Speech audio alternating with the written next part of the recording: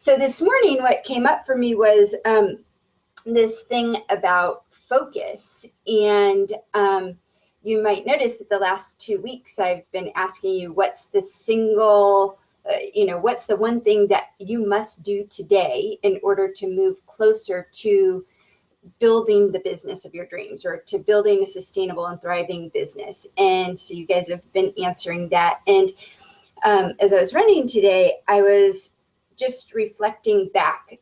My background is in running and triathlon. I spent 20 years competing in running and 17 years as a competitive triathlete, as well as coaching runners and triathletes.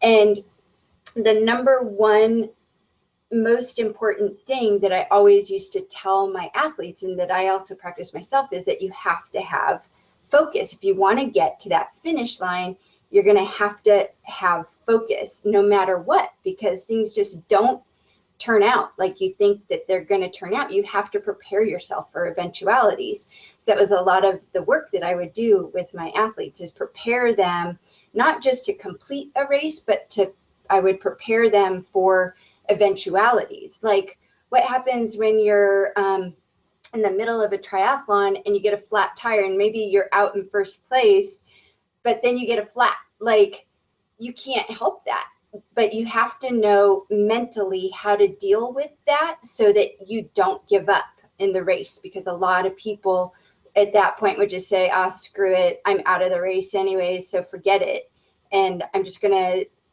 DNF, which means did not finish. And a lot of people do that. A lot of people just give up. So as I was running today, I was thinking of my worst ever race that also ended up being my best ever race. And it was an Ironman triathlon that I had prepared for over 6 months of training for. And the training is grueling for an Ironman triathlon. But I got to race day and I was super excited, and I was doing the race with my best friend. I was 30 years old. And we were both 30 that year. We're like, we're going to do Ironman every 5 years, 30, 35, 40. I was like, yeah, right. But I did get the 30, right? So I'm at the starting line. The gun goes off, dive in the water. If you don't know about Ironman, it's a 2.5 mile swim, 112 mile bike, and then a marathon. So a 26.2 mile run at the end of all of that. It's a mass start, which means you don't start in small groups. It's just all 1,500 people start at the same time diving in the water. And it's like a washing machine in there, right? So you really have to be prepared for this. So my friend and I had prepared for over 6 months, I think, for this race. And we were both in really good shape, like healthy, everything. Get in, start swimming. Swimming's my weakest of the three sports. And within like a half mile, my goggles got knocked off. Everything, I was like choking on water, everything. I hadn't prepared for that. That wasn't in the foreseen journey of my Ironman. I knew, okay, that could happen, but I got kicked in the face. My goggles got hit in the head. I guess it's like a washing machine there. And so I calmly, because I prepared for that eventuality that might happen, I just swam over to the outside, fixed my goggles, put them back on. I ended up having like a little bit of a black eye from that, but made it through the swim. Like, okay, I'm thinking to myself, no problem. That's not a big deal at all. I'm not the best swimmer anyhow, so I'm just going to make it through the swim. Great. Made it through the swim, get on the bike, and about 20 miles into the bike, my handlebars fall off. Now, how the heck your handlebars fall off of your bike? Mine fell off. What? Like, I had taken my bike to the bike shop to get like everything checked out. Like, so just to let you know, they were my race handlebars, which if you've ever seen a triathlete, they're like this extension of your handlebars that go off so that you can be in an aerodynamic position. And that's what I was in my race bars, and they fell off. They're just like, I'm literally riding my bike and holding my race bars in my hand. I'm like, what the hell do I do? It's 20 miles into the bike. I have almost 100 more miles to ride right now. So I stop and I'm like, well, this is great. And a sag wagon comes along, and a sag wagon, just to let you know, is a truck that peruses the race. So if anybody, especially on a long race like this, if something happens to someone, they can help out, and it's legal. Like normally you're not supposed to get help in a race, but if something happens like that. So they ended up, like I waited for about 10 minutes. They came by, they zip tied. They put zip ties. You guys know what a zip tie is, right? Those plastic strips. They zip tied my race bars back on. And I'm like, okay, I guess I'll go. So I'm like, all right, I got kicked in the eye, my goggles off in the swim, my race bars, you know, they fall off. What else can happen? I'm just going to go with this. And by the way, the whole time I had a race mantra. And so this is something I always taught my athletes, was to have a race mantra so that you stay focused. Like that's the main thing in any type of mantra that you chant, is something that helps you to stay focused, right? So I had a mantra that I was chanting. I'm like, it's going to be okay, you know, and I have my little thing. I get back on the bike, and I'm at mile 110, 2 miles left on the bike ride. I'm like, whoo, yeah, I made it through that ride. I feel pretty good. You know, I got my nutrition in, all that stuff. I get a flat. My tire gets a flat. Well, not only does my tire get a flat, I'm using race wheels. And guess what? The race wheels aren't my race wheels. They're my friend's race wheels, and she's a professional triathlete. So I'm like, oh yeah, I have Gina's race wheels. Like, I'm going to kick ass on this bike ride because I have these race wheels. Well, what I didn't prepare myself for was that these race wheels have tires that are really hard to take off. Like, I know how to change tires really fast, but this was a race wheel tire, and I was not prepared to change a race wheel tire. So I'm like trying to like rip this thing off, and finally, like after 5 minutes or so, I'm like, this is ridiculous. There's no way I can get this thing off. I don't know how to do it. There was no sag wagon this time. I'm like, what the hell am I going to do? I ran with my bike in my cleats, my cycling shoes, the last 2 miles of that bike ride. So so the bike ride was actually 110 miles for me, and a 2-mile run in my cycling shoes, which are cleats. So if you don't know what that feels like, it's very uncomfortable to try to run in cycling shoes on blacktop, right? So I make it through. I'm like, oh my God, my friends are all at the bike at the transition. What happened, Lisa? What happened? I'm like, oh my God, you'll never guess what happened. My handlebars fell off. I got a flat. And I'm like, I'm just going to go on the run. Okay, I'm almost there. I'm almost, like, I have 26 more miles. This is going to be easy. You know, I prepared for this. Running is my strongest thing. So I get out there. I get out on the run, and I'm going along, and I'm like, oh yeah, looking at the time. I'm like, I'm kicking ass here, kicking ass. I'm going 9-minute miles, which is really fast for me. After swimming 2.5 miles, riding my bike for 110 miles, and running in my cleats for 2 miles. Now I'm running a 9-minute mile pace. I was super proud of myself. I'm like, oh my God, this is going to be a kick-ass marathon. I'm doing so good. Literally at like mile 10 or 11, something happened to my body.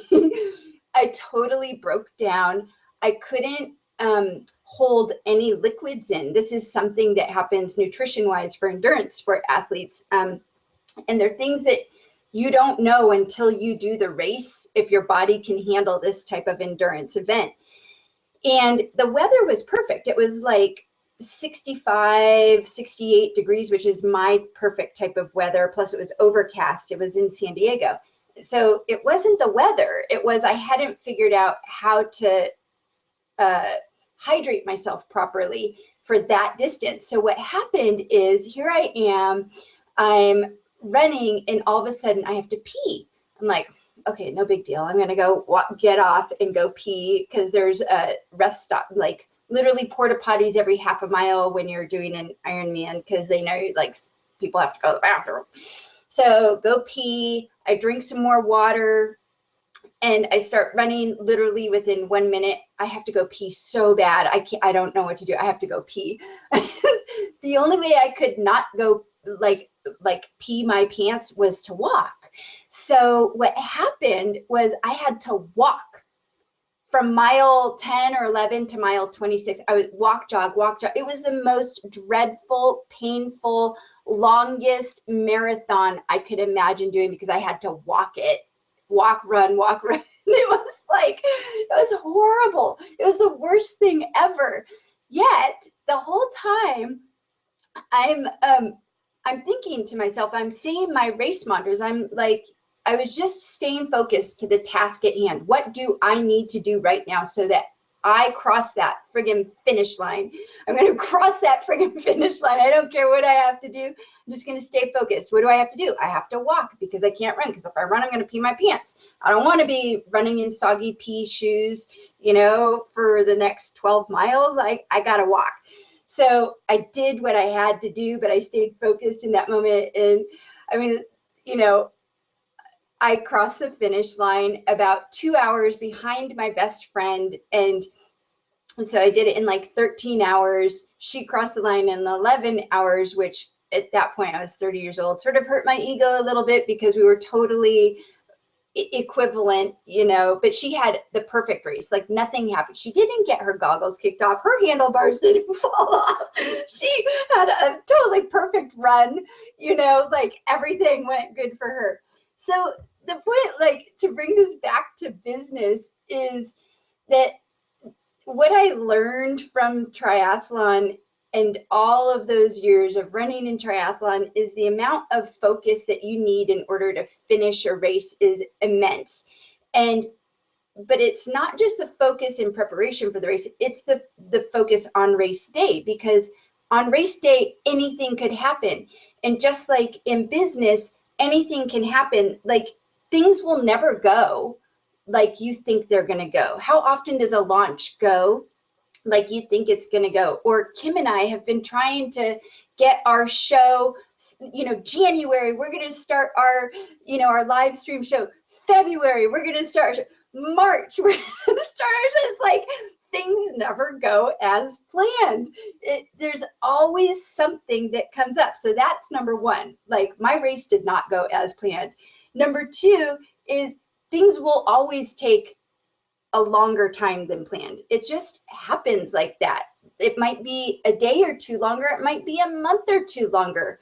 But if you keep focus on the task at hand, what needs to be done today to get you across that finish line, and you trust in the greater scheme of the timing of things, like, there is a divine love intelligence that knows the perfect timing for you.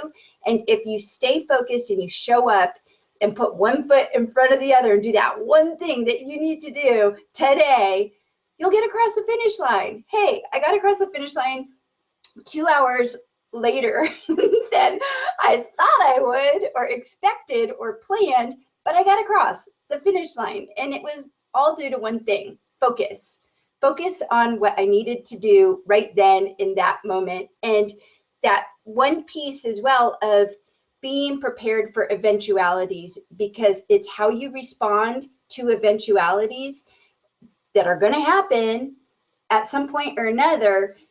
That's what's going to separate you from everybody else out there that's trying to do, that's in this online world of business. It's just how you handle things and how you show up. So that was what I was thinking about on my run today. I'm like, okay, I have to share this story because it's just ridiculously funny and hilarious. And it was the worst race I've ever had in my life, because it was so freaking long, 13 hours. Yet what was so amazing about it to me was I did it. I finished, and then guess what?